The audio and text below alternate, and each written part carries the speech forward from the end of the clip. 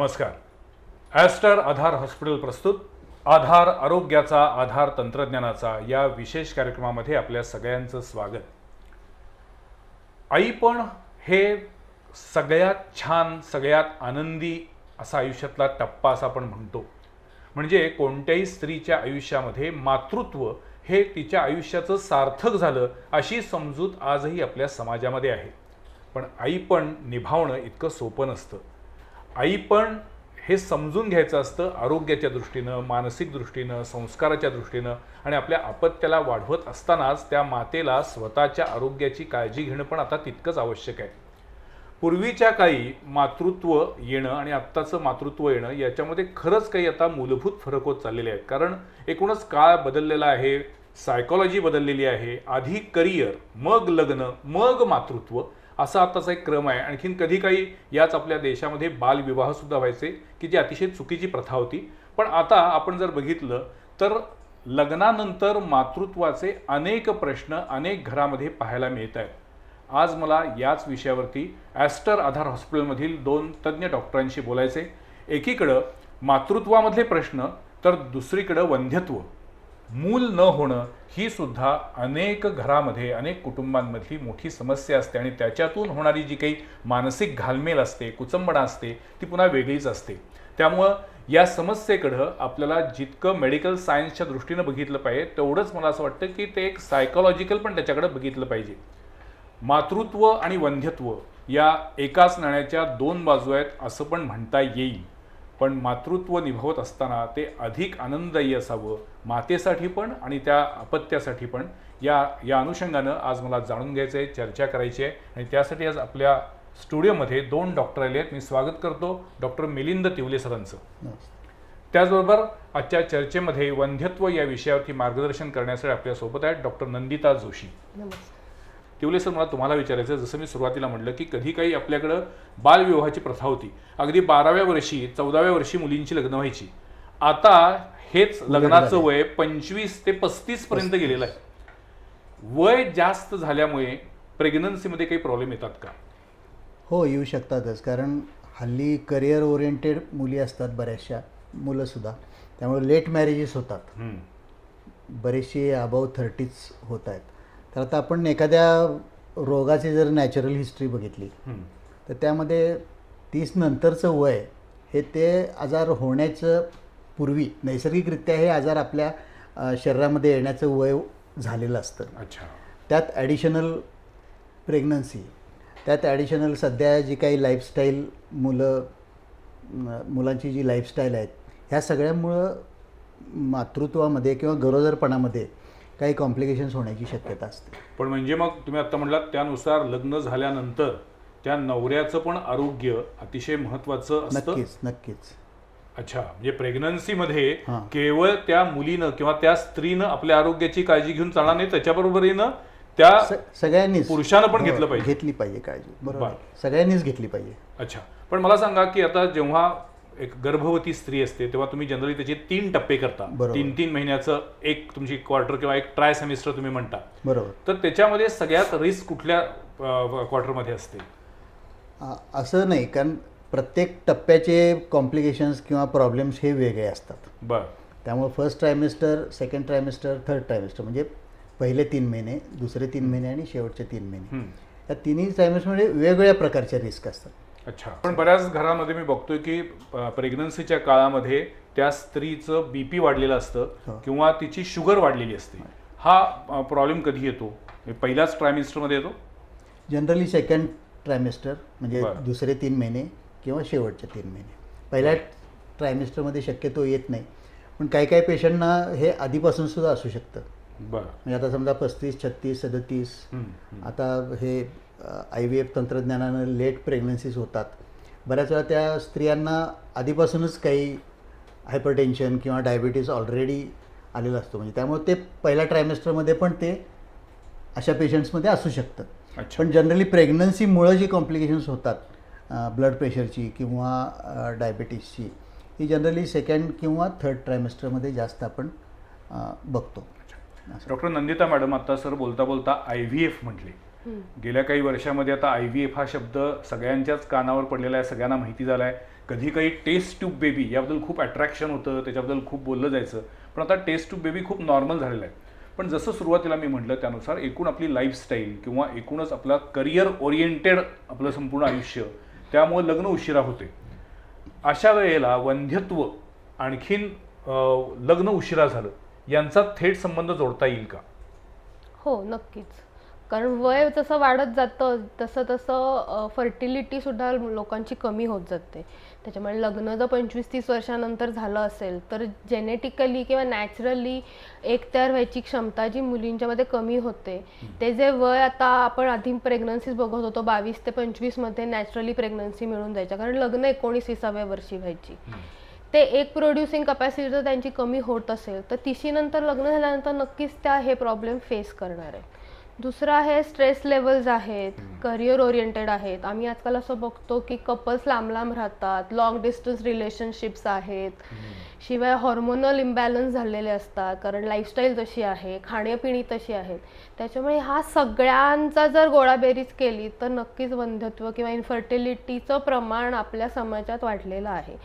आणि त्याचे उपाय पण आपल्याला अवेलेबल झाले आहेत, त्याच्यामुळे लोक अप्रोच पण लवकर करतात. पण मला उलट विचारायचंय की आता हे इतके वेगवेगळे सगळे उपाय आहेत, त्यामुळे थोडंसं समाजामध्ये रिलॅक्सेशन आले का? काय मूल नाही झालं ते नंतर बघू, आपल्याला वेगवेगळे आता मेडिकल हे असा पण एक अशी सायकोलॉजी तयार होत चाललेली आहे का? थोडीफार आहे, कारण की ठीक आहे आहेत आपल्याकडे IVF, पण हा IVF शॉर्टकट नाही आहे हे मला सांगायचं आहे. IVF करणं किंवा हे 2+2=4 आहे, IVF केलं आणि हातात आपल्याला बाळ मिळालं असं नाही आहे.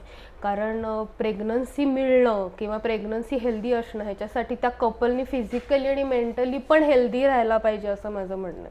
तुम्ही कशीही लाईफस्टाईल ठेवा आणि तुम्ही कितीही उशीर करा आणि IVF आहेच आपल्याला, हा शॉर्टकट डेफिनेटली नाही आहे. IVF मध्ये फक्त टेस्ट ट्यूब बेबी येतं की त्यात सरोगसी पण येतं?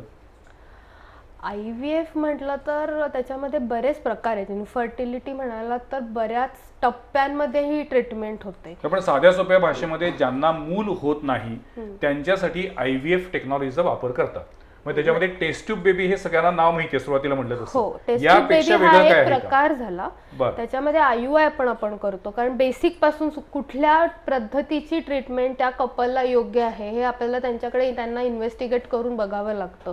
कुठल्या टप्प्यात त्यांचं फर्टिलिटी करिअर जे आपण म्हणतो एखाद्या मुलीचं किंवा एखाद्या कपलचं, ते फर्टिलिटी करिअरचे त्या कुठल्या टप्प्यात आहेत, त्यांना किती वर्ष आपण वाट बघून प्रेग्नन्सी नॅचरली मिळवू शकतो का, IUI करून मिळवू शकतो का, आधी आपल्याला लाईफस्टाईल चेंज करून त्यांचा हॉर्मोनल बॅलन्स नीट करून मग आपण प्रेग्नन्सी मिळवू शकतो, किंवा काहीतरी मेजर प्रॉब्लेम आहेत की नाही टेस्ट ट्यूबशिवाय IVF शिवाय पर्यायच नाही, हे आपल्याला इन्व्हेस्टिगेट करून त्यांना इन्व्हेस्टिगेट केल्यानंतर काही चाचण्या केल्यानंतर लक्षात येतं आणि मग त्याप्रमाणे त्या कपल्सना आपल्याला काउन्सिल करायला लागतं की कुठल्या पद्धतीने त्यांनी जायला पाहिजे.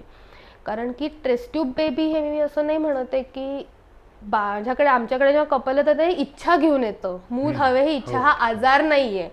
ताप आलाय, क्रोसिन दिलाय, ताप गेला, ही इच्छा आहे. तर ती इच्छा किंवा त्यांच्या घरात आनंद त्यांना कुठल्या पद्धतीने आणायचा आहे हे पर्याय आम्हाला त्यांना द्यावे लागतात, त्याप्रमाणे ते चूज करतात.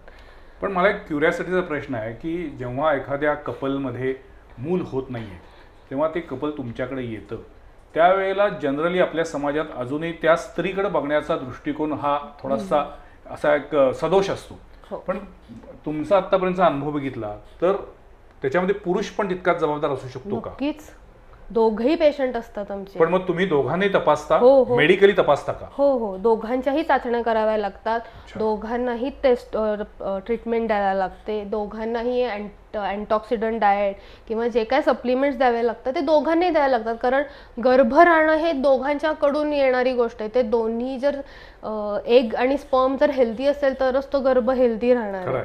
त्याच्यामुळे दोघांचं इक्वल कॉन्ट्रीब्युशन आहे. त्यामुळे दोघांनाही मी बोलवते, नुसती बायको आली तर मला नवऱ्याला बोलवून घ्यावं लागतं, कारण की नवऱ्याच्या सवयी पण मला माहिती पाहिजे की तो स्मोकिंग करतो का, अल्कोहोल करतो का, त्याची झोप कशी होते, त्यांच्या खाण्यापिण्याच्या स्टाईल्स कशा आहेत, एकत्र राहतात का, ह्या सगळ्या खूप बारीक बारीक गोष्टींकडे लक्ष द्यायला लागतं.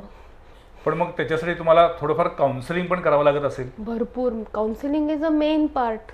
काउन्सिलिंग जास्त आहे. आपल्याकडे औषध नंतर आधी काउन्सिलिंग, आणि आपल्याकडे काउन्सिलिंग नवरा बायकोन बरोबर आजूबाजूच्या लोकांचंही करावं लागतं. खरंय.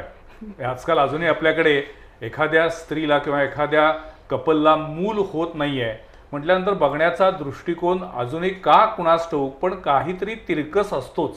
खरं तर हे बदललं पाहिजे. पण मला एक तुम्हाला विचारायचं आहे की तुम्ही म्हणजे मला असं नेहमी वाटतं की विज्ञान जेवढं डेव्हलप होत चालले ना तेवढे प्रॉब्लेम वाढत चाललेत काही वेळा. सो मला असं तुम्हाला विचारायचं उलट आहे समजून सांगा ना की तुम्ही आता मेडिकल सायन्सच्या दृष्टीनं मग लग्नाचं प्रॉपर वय कुठलं मुलीचं? असं मी तरी उत्तर नाही देऊ शकत कारण मी पण करिअर ओरिएंटेड आहे. लवकर लग्न करा आणि लवकर फॅमिली कंप्लीट करा असं आत्ताच्या जगात सांगणं तसं प्रॅक्टिकली एथिकली चुकीचं आहे. पण मला असं वाटतं की हेल्दी लाईफस्टाईल मेंटेन केली तर मला नाही वाटत उशिरा जरी लग्न झाली तरी प्रेग्नन्सी राहायला त्रास होईल. ऑर व्हेनेवर ज्यांना प्रेग्नन्सी प्लॅन करायची आहे किंवा लग्न झालं आणि 4 वर्ष मला मूल नको आहे, मला असं वाटतं की बेसिक इन्व्हेस्टिगेशन्स करून घ्यावेत. काही प्रॉब्लेम नसेल तर दे कॅन वेट. जर काही प्रॉब्लेम आढळला तर मग त्याच्यावर तेव्हाच आपल्याला ॲक्शन घेता येईल की काही वर्षांनी उशीर नको व्हायला असं वाटलं. तिवले सर, पण तुमच्याकडे येतो. मी अनेक उदाहरणं अशी बघितलेली आहेत की ज्या घरामध्ये गर्भवती स्त्री आहे तिच्यावरती खाण्यापिण्याची खूप बंधनं लादली जातात. विशेषतः पाणी कमी प्यायचं किंवा अमुक हे पदार्थ खायचे नाहीत किंवा कमी खायचं, जास्त खाऊ नकोस. आहाराबद्दल नेमकं काय सांगाल तुम्ही? गर्भवती स्त्रीनं कशा पद्धतीचा आहार घेतला पाहिजे, कोणत्या गोष्टी टाळल्या पाहिजेत? आता आहाराचा जर विचार केला तर आपण नेहमीच इतरांना जे सांगतो तसा आहार हा त्याचा चौरस आहार पाहिजे. सर्व प्रकारचे घटक त्यामध्ये पाहिजेत. पण प्रेग्नन्सीमध्ये थोड्या रिक्वायरमेंट्स वाढलेल्या असतात.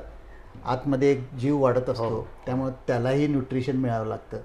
त्यामुळं आम्ही नेहमी सांगतो की एका वेळेला जरी जास्त जात नसलं तरी एव्हरी 4 to 5 hours थोडंफार काहीतरी खाल्लं पाहिजे. पण त्यामध्ये जास्त करून प्रोटीन्स आली पाहिजेत, मल्टीविटॅमिन्स मिळतील अशा हिरव्या पालेभाज्या, त्यानंतर फळफळावळ, दूध, एग्स, जे नॉनव्हेज आहेत त्यांना एग्ज आणि मीठ वगैरे घेऊ शकतात ते.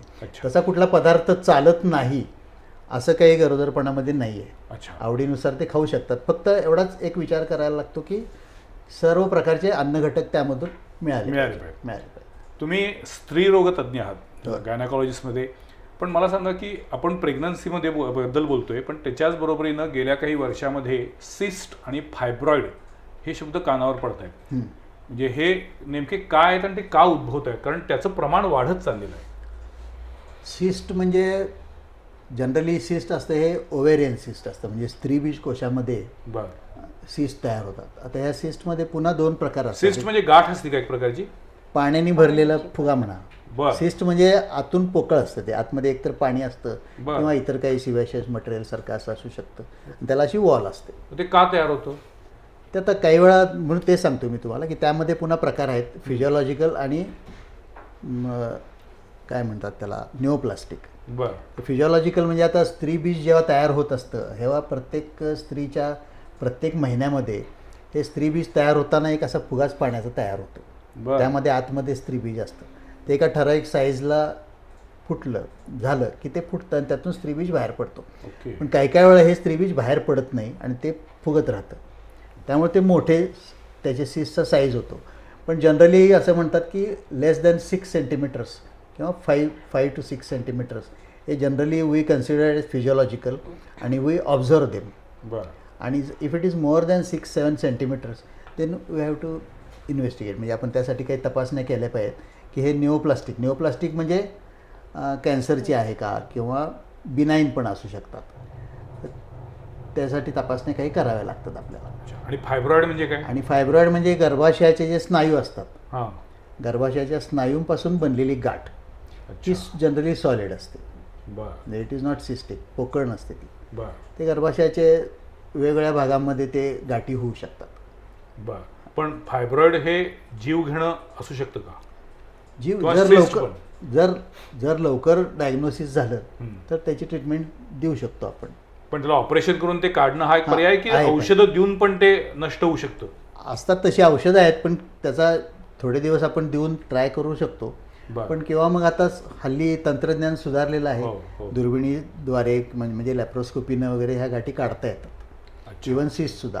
फक्त काय आहे की सिस्ट किती साईज आहे, काय आहे, पेशंटचं वय काय आहे, ह्यावर सगळा विचार करून आपण त्याचे काही तपासण्या करायला लागतात. आता हेच सिस्ट जर 20-25 वर्षाच्या मुलीमध्ये आलं तर त्याचे प्रकार वेगळे असतात. तेच सिस्ट जर 40 वर्षाच्या नंतरच्या स्त्रियांमध्ये आलं तर मॅलिग्नन्सी किंवा निओप्लास्टिकचे चान्सेस जास्त असतात. अच्छा.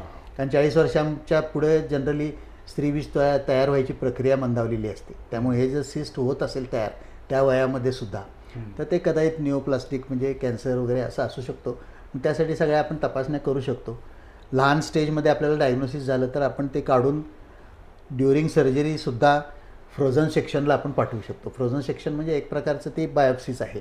ओके. तर त्यामध्ये ते 20 ते 25 मिनटामध्ये त्याचा उत्तर येतं पॅथॉलॉजिस्टकडून की हे बुवा बिनाईन आहे, मॅलिग्नंट आहे म्हणजे कॅन्सरचं आहे.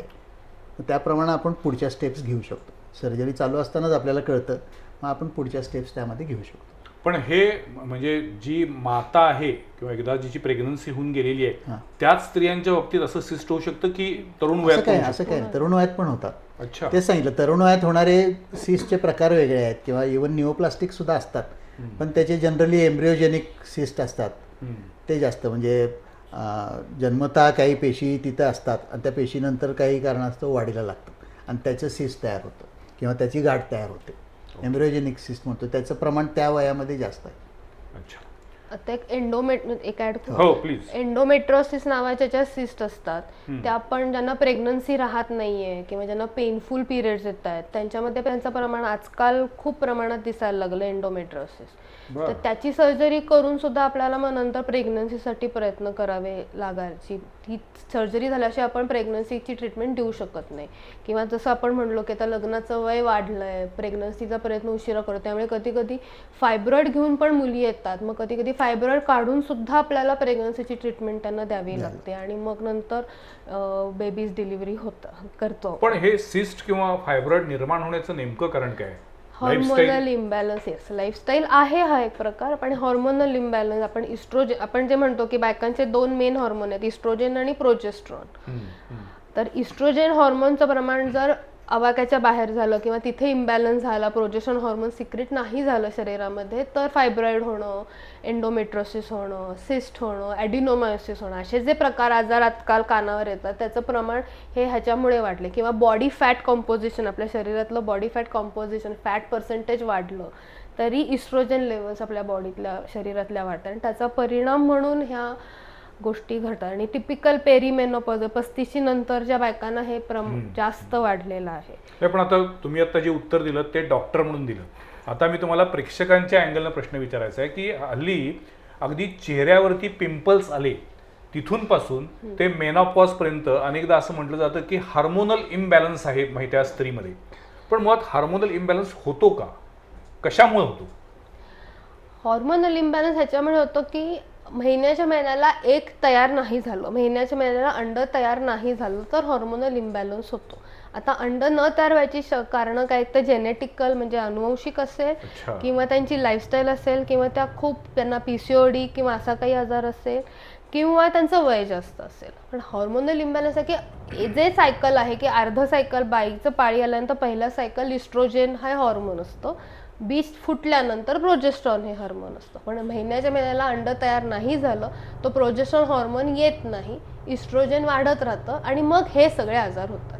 आता तुम्ही बोलता बोलता एक PCOD असं एक त्या म्हणल्या, आम्ही सगळे फक्त कानावरनं ऐकतोय मी, म्हणून मी तुम्हाला PCOD म्हणजे काय? PCODचा लॉंग फॉर्म म्हणजे पॉलिसिस्टिक ओव्हेरियन डिसीज. बरं. तर याच्यामध्ये कसं असतं की मी मगाशी तुम्हाला म्हणालो की स्त्रीबीज तयार होताना पहिल्या फॉलिक्युलर, मॅडमने जसं सांगितलं, पहिल्या फॉलिक्युलर फेज म्हणजे पहिल्या 15 दिवसामध्ये ते फॉलिकल तयार होतं आणि ते फॉलिकल रप्चर होऊन स्त्रीबीज त्यातून बाहेर पडतं. बरं. पण अशा केसेसमध्ये ओव्ह्युलेशन होत नाही, म्हणजे स्त्रीबीज बाहेर पडत नाही आणि ते जे फॉलिकल्स आहेत ते तसेच राहतात किंवा त्याची ग्रोथ जी आहे ती प्रॉपर याच्यापर्यंत जात नाही. साधारण एक 20 मिलीमीटर किंवा 25 मिलीमीटरपर्यंत गेल्यानंतर ते फुटतं असं जर आपण म्हटलं तर त्यात जात नाहीत. छोट्या साईजमध्येच राहतात, काही 15, काही 14, 12, 13 असे मल्टिपल सिस्ट त्या ओव्हरीमध्ये तयार होतात. त्यामुळे त्याला पॉलिसिस्टिक म्हणतात. आणि पॉलिसिस्टिक ओव्हेरियन डिसीज हा जनरली इट इज म्हणजे बरंच मल्टीफॅक्टोरियल त्यामध्ये आहे, पण याच्यामध्ये ओव्ह्युलेशन होत नाही, स्त्रीबीज तयार होत नाही. त्यासाठी ट्रीटमेंट द्यावी लागते. त्यासाठी त्यांचा हॉर्मोनल जो इम्बॅलन्स झालेला असतो तो करेक्ट करावा लागतो आणि स्त्रीबीज तयार व्हायची औषधं देतात त्यामध्ये. बर. म्हणजे ओव्ह्युलेशन इंडक्शन म्हणतात त्याला. एक जीव जन्माला येणं त्याच्यासाठी केवढी सगळी प्रोसिजर असते, शरीरामध्ये काय काय घडत असतं. म्हणजे परमेश्वराची सगळ्यात मोठी निर्मिती कुठली, तर मला वाटतं की शरीर. आणि ते शरीर निरोगी ठेवण्यासाठी आपलं लाईफस्टाईल आणि आपला आहार अतिशय महत्त्वाचा असतो. आणि गेल्या काही वर्षामध्ये सगळ्याच आजारांचं प्रमाण जे काही वाढत चाललेलं आहे त्याच्यामध्ये मेन कारण हेच आहे, वाढते ताणतणाव, आहारातल्या चुकीच्या सवयी, आणि आपण नेमकं कुठं निघालेलो आहे आणि काय मिळवणार आहे याचाच आपण कधी शोध घेत नाही.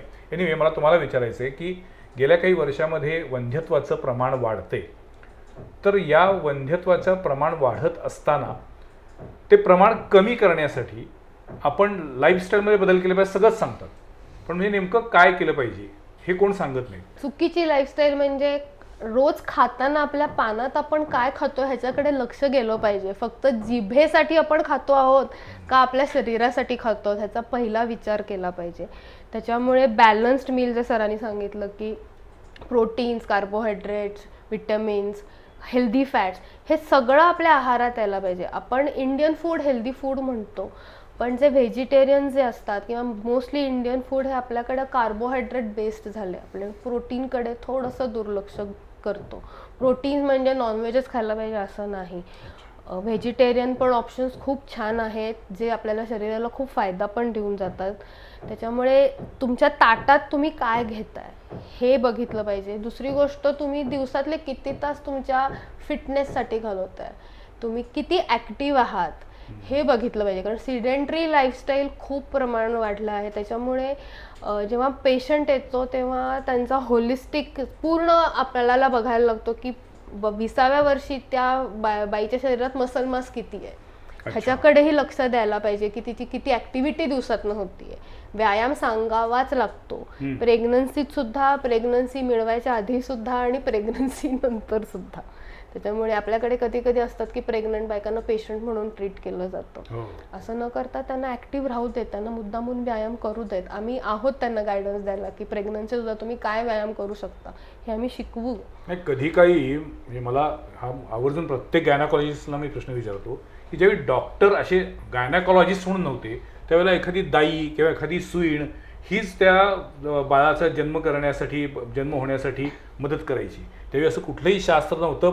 वंश परंपरागत पिढ्यानपिढ्या आलेल्या ज्या काही ज्ञान होतं ते ज्ञान देऊन त्या सुईणी बाळंतपण करायच्या. म्हणजे अगदी आपण झाडाखाली बाळंतपण झालं असं अशा पण गोष्टी वाचलेल्या आहेत. पण मग आताच हे सगळं जे आहे हे तंत्रज्ञानाचा अतिरेक होत चाललाय का? नाही, तेव्हा कॉम्प्लिकेशन रेट पण जास्त होता हे म्हणायला हरकत नाही. आपण आता म्हणतो मॅटर्नल मोर्टॅलिटी, निओनेटल मोर्टॅलिटी. म्हणजे मॅटर्नल मोर्टॅलिटी म्हणजे प्रसूती दरम्यान मातेचा झाला मृत्यू, ब्लिडिंग झालं, कुठं काय झालं, आणि नवजात अर्भकांचे मृत्यू, यांचं प्रमाण जर तुम्ही पूर्वी बघितलं आणि आता हे तंत्रज्ञान सगळं आल्यानंतर, वेगवेगळ्या डेव्हलपमेंट झाल्यानंतर त्याप्रमाणे आपण त्या फॉलो करून त्याप्रमाणे जर आपण डिलिव्हरी करतो तर त्याचं अतिशय खूप प्रमाणात ही मॉर्टॅलिटी कमी आलं. त्याचं कारण तंत्रज्ञानच आहे शेवटी. कारण हे डायग्नोसिसच्या वेगवेगळ्या टेक्निक्स आपल्याकडं डेव्हलप झालेल्या आहेत. किंवा अर्ली डायग्नोसिस म्हणजे तुम्हाला म्हटलं पहिल्या 3 महिन्यामध्ये काही तपासण्या कराव्या लागतात की ह्या पेशंटला नंतरच्या स्टेजमध्ये प्रेग्नन्सीच्या काही कॉम्प्लिकेशन होऊ शकतात का, ह्याचं प्रिडिक्शन अलीकडच्या टेस्टमध्ये लवकर केलं जातं. त्यामुळे त्यांना आधीपासून आपण प्रिव्हेंटिव्ह काही ट्रीटमेंट जर दिली तर ते कॉम्प्लिकेशन्स पुढच्या 2nd किंवा 3rd ट्रायमेस्टरमध्ये होण्याचं प्रमाण कमी होतं. त्यामुळं ही जी आहे मॅटर्नल मोर्टॅलिटी आणि हे, आणि त्यापूर्वी आता कसं आहे, आपण गणना करतो मॅटर्नल मोर्टॅलिटी किती झाली, निओनेटल मोर्टॅलिटी किती झाली. पूर्वी तुम्ही जो जमाना म्हणताय दाई वगैरे, त्याचं स्टॅटिस्टिक्सच काही नव्हतं. त्यामुळे वी कॅनॉट कम्पेअर. पण मग आता तुम्ही जेव्हा हाय रिस्क प्रेग्नन्सी असं म्हणता त्यावेळी ते हाय रिस्क प्रेग्नन्सी कोणत्या निकषावर ठरवता? आता हाय रिस्क म्हणजे धोका आहे. आता धोका हा आईला असू शकतो किंवा बाळाला असू शकतो किंवा दोघांनाही असू शकतो. त्याप्रमाणे ते आम्ही प्रेग्नन्सी हाय रिस्क अशी ठरवतो. आता आईला धोका असण्याचं कारण काय की तिचं समजा ब्लड प्रेशर वाढलं किंवा तिची शुगर वाढली किंवा तिला एखादं हार्ट डिसीज असेल म्हणजे पूर्वी समजा तिचं हार्टचं वॉल्वचं वगैरे ऑपरेशन झालं असेल तर गरोदरपणामध्ये सगळं जे डायनॅमिक्स आहे ब्लड सर्क्युलेशनचं हे बदलत असतं. त्यामुळे त्याच्यावरती लोड येतो. आणि ब्लड प्रेशर वाढणं गरोदरपणात, मी तुम्हाला मगाशी म्हटलं तसं की गरोदरपणात ब्लड प्रेशर वाढणं हा एक थोडासा वेगळा हे आहे की आधी नसतं, इव्हन डिलिव्हरी नंतर सुद्धा नसतं, पण त्यामध्ये तेवढ्या कमी मुदतीमध्ये ते भरपूर एकदम ब्लड प्रेशर वाढतं. त्याचा लिव्हरवरती, किडनीवरती, मेंदूवरती, हृदयावरती, सगळ्याच्यावरती ताण पडतो. त्यामुळे ती रिस्क आहे मदरला. गरोदरपणात हे शुगर वाढली तरी सुद्धा आहे, तर शुगरचा पण प्रेशर किडनीवरती येऊ शकतं, नंतर बाळाला होणाऱ्या रक्तपुरवठ्यावरती होऊ शकतं. त्यामुळे बाळ पण त्यामध्ये ब्लड प्रेशर आणि डायबिटीसमध्ये बाळ पण धोक्यामध्ये येऊ शकतं. तर हे अशी दोघांचाही धोका लक्षात घेऊनच आपल्याला करावं लागतं. काही वेळा मग आपल्याला जजमेंट करावं लागतं. तर बाळाला फक्त धोका असण्याची कारण, पेशंटला काही नाही आहे, पण समजा ती प्रिमॅच्युअर डिलिव्हरी झाली तर तो बाळाला धोका जास्त. पण प्रीमॅच्युअर का होतं खरं? प्रिमॅच्युरिटीमध्ये कारणंही बरीच असतात तशी. काही वेळा इन्फेक्शन्स असतात काही, किंवा सर्वायकल म्हणजे पिशवीचं तोंड लवकर ओपन होणं, लूज पडणं, ही काही कारणं असतात. तर हे प्रिमॅच्युरिटीमध्ये मदरला एवढा त्याचा त्रास होत नाही, पण ती रिस्क बेबीला जास्त असते, कारण ते हे असतं. तर ह्या सगळ्या गोष्टींचा विचार करून पेशंट जेव्हा पहिल्यांदा येतो तेव्हा ह्या सगळ्या सुरुवातीच्या ज्या टेस्ट असतात त्या जर आपण केल्या शक्य तितक्या लवकर, तर आपण हा धोका पुढे संभवतो का ह्याचा पण विचार करू शकतो आणि त्यांना काही प्रिव्हेंटिव्ह मेजर्स आपण देऊ शकतो. असं 100% प्रिव्हेंट करू शकू असं नाही, परंतु निदान काही प्रमाणात त्याचा धोका आपण कमी करू शकतो. त्यामुळे पूर्वी जे आपण तपासण्या करायचो की लेट प्रेग्नन्सीमध्ये तपासण्या किंवा फ्रिक्वेन्सी ऑफ व्हिजिट्स लेट प्रेग्नन्सीमध्ये जास्त असायच्या. पहिल्या 3-4 महिन्यामध्ये फ्रिक्वेन्सी व्हिजिटची पेशंटची कमी असायची, पण हल्लीच्या ज्या प्रेडिक्शनच्या मेथड्स आहेत ह्या पहिल्या 3-4 महिन्यातच करायच्या आहेत. त्यामुळे लोकांनी लवकरात लवकर प्रेग्नन्सी राहिल्यानंतर आलं पाहिजे, डॉक्टरांना अप्रोच केलं पाहिजे, especially when she is in a age group more than 30. तर अशा पेशंटनी हे केलं पाहिजे. शेवटच्या टप्प्यात आलोय. फर्स्ट ट्रायमेस्टर स्क्रीनिंग ज्या टेस्ट आहेत डेव्हलप झालेल्या त्या खूप महत्त्वाच्या आम्ही समजतो, ज्या 11 ते 13 आठवड्याच्या प्रेग्नन्सीमध्ये आपण करतो. सोनोग्राफी आणि आईच्या ब्लडच्या काही टेस्ट, त्याच्यावरनं आपल्याला बऱ्यापैकी प्रेडिक्शन्स कळतात की प्रीमॅच्युअर होऊ शकते का, तिचं BP वाढू शकतं का, बाळामध्ये काही दोष आहे का, किंवा हाय रिस्क प्रेग्नन्सी काही शक्यता आहे का. त्याच्यामुळे फर्स्ट ट्रायमेस्टर स्क्रीनिंग हा खूप महत्त्वाचा टप्पा आहे. पण फर्स्ट ट्रायमेस्टरमध्येच त्या बाळामध्ये गतिमंदत्व, मतिमंदत्व किंवा समजा काही एखाद्या अवयवाची प्रॉपर वाढ होत नाहीये आणि ते दिव्यांग जन्मायची शक्यता आहे असं कळू शकतं. हो, त्याच्या स्क्रीनिंग टेस्ट आहेत. त्या म्हटलं ना मॅडम 11 ते 13. पण मग आता या सगळ्या मग टेक्नॉलॉजीचा वापर करून आपल्याला मूल जन्माला येतानाच ते कुठल्याही परिस्थितीमध्ये मतिमंद गतिमंद असणार नाही किंवा ते त्याच्यामध्ये कोणतेही व्यंग असणार नाही अशी टेक्नॉलॉजी आता आहे का आपल्याकडे? जर असेल त्या प्रेग्नन्सीमध्ये प्रॉब्लेम तर तो ट्रीट नाही करता येणार. अच्छा. पण तो डायग्नोस तर डेफिनेटली करता येईल आणि सेफ पिरियडमध्ये कधी कधी आपल्याला ती प्रेग्नन्सी टर्मिनेट पण करता येईल जर तो प्रॉब्लेम खूप मोठा असेल किंवा पुढे जाऊन ती प्रेग्नन्सी किंवा त्या बाळाला जगण्यासाठीच ते अवघड जाणार असेल तर. त्याच्यामुळे ते फर्स्ट आता आणि NIPT म्हणून पण नवीन टेस्ट आली की ज्याच्यामध्ये आईच्या रक्तातच फिटल DNA आपण स्क्रीन करतो आणि त्याच्यामध्ये आपल्याला बऱ्यापैकी माहिती कळते त्या प्रेग्नन्सीबद्दल. बरं. त्याच्यामुळे फर्स्ट ट्रायमेस्टर स्क्रीनिंग खूप महत्त्वाचं आहे. DNA आईच्या रक्तामध्ये येतात. अच्छा. आणि ते मग मॅटर्नल रक्त काढून घेऊन बाळाचा त्यातला सेल फ्री DNA म्हणतात त्याला, म्हणजे बाळाच्या पेशी नसतात पण DNA येतात, सेल फ्री DNA म्हणतात त्याला. तर ते DNA आपण आईच्या रक्तामधून एक्स्ट्रॅक्ट करू शकतो आणि त्यांचा गुणसूत्रांचा अभ्यास करून, आता तुम्ही जे म्हटला मतिमंदत्व गतिमंदत्व वगैरे, तर ह्याच्यामध्ये गुणसूत्रांमध्ये दोष असतो. ट्रायझोमीज म्हणतो आपण, ट्रायझोमी 21, ट्रायझोमी 13, ट्रायझोमी 18, याच्यामध्ये मतिमंदता म्हणजे आपण जे मंगोलिझम वगैरे म्हणतो अशा. तर ते डायग्नोसिस आपण पहिल्या 3 महिन्यामध्ये सुद्धा करू शकतो. पण आता ह्या सगळ्या तुम्ही जे काही सांगता या तपासण्या त्याच्याबद्दलचे उपचार हे सगळं ॲस्ट्रा आधारमध्ये होतं का? हो, होतं की. Everything is under one roof. Yes. अच्छा. म्हणजे IVF म्हणजे वंध्यत्व चिकित्सा पण होते, त्याच्यावरती उपचार पण होतात. मी असंही बऱ्याचदा असं ऐकलेलं आहे, बघितलेलं आहे की वंध्यत्व ज्यांना आहे आणि अशी जी ट्रीटमेंट घ्यायला कपल्स येतात त्यांना प्रेग्नन्सी राहती पण ती टिकत नाही, पुन्हा पुन्हा तो प्रॉब्लेम सुरू होतो आणि मग त्यातनं ते कपल अजून मानसिकदृष्ट्या खचायला लागतं. नाही, अबॉर्शनचा रेट जेवढा नॉर्मल प्रेग्नन्सी झाल्यानंतर जेवढा अबॉर्शनचा रेट आहे तोच सेम रेट प्रेग्नन्सीची ट्रीटमेंट घेऊन समज अबॉर्शन झालं तर तसाच सेम आहे. अच्छा. फक्त ती ट्रीटमेंट घेऊन एफर्ट्स घेऊन प्रेग्नन्सी मिळाल्यामुळे ते अबॉर्शन झालं असेल तर मात्र ट्रॉमा त्या कपलला जास्त होतो. त्याच्यामुळे आधी आम्ही 2 किंवा 3 अबॉर्शन झाल्यानंतर ज्या काही इन्व्हेस्टिगेशन्स कपलमध्ये करून घ्यायचो की अबॉर्शन व्हायची कारणं काय होती ते आपण कधी कधी ट्रीटमेंट घेऊन प्रेग्नन्सी राहिली असेल तर पहिल्या अबॉर्शन नंतरच करून घेतो आणि त्याच्यात काही पॉझिटिव्ह आले तर त्याची ट्रीटमेंट पण अवेलेबल आहे. वैद्यकशास्त्रातली प्रत्येक शाखा त्याच्यावरती जेवढं बोलावं तेवढं कमी आहे. अतिशय गुंतागुंत गहन असा विषय कोणता तर वैद्यकशास्त्र. मी नेहमी म्हणतो डॉक्टर होणं सोपं नाही आणि डॉक्टर झाल्यानंतर पुन्हा त्या पेशंटला मानसिक शारीरिक आधार देऊन त्याला त्याच्या आजारातनं बाहेर काढणं आणि त्याला पुन्हा उभं करणं याच्यासाठी डॉक्टरांचे जे कष्ट असतात, जो अभ्यास असतो, जी मेहनत असती त्याला सलामच केला पाहिजे.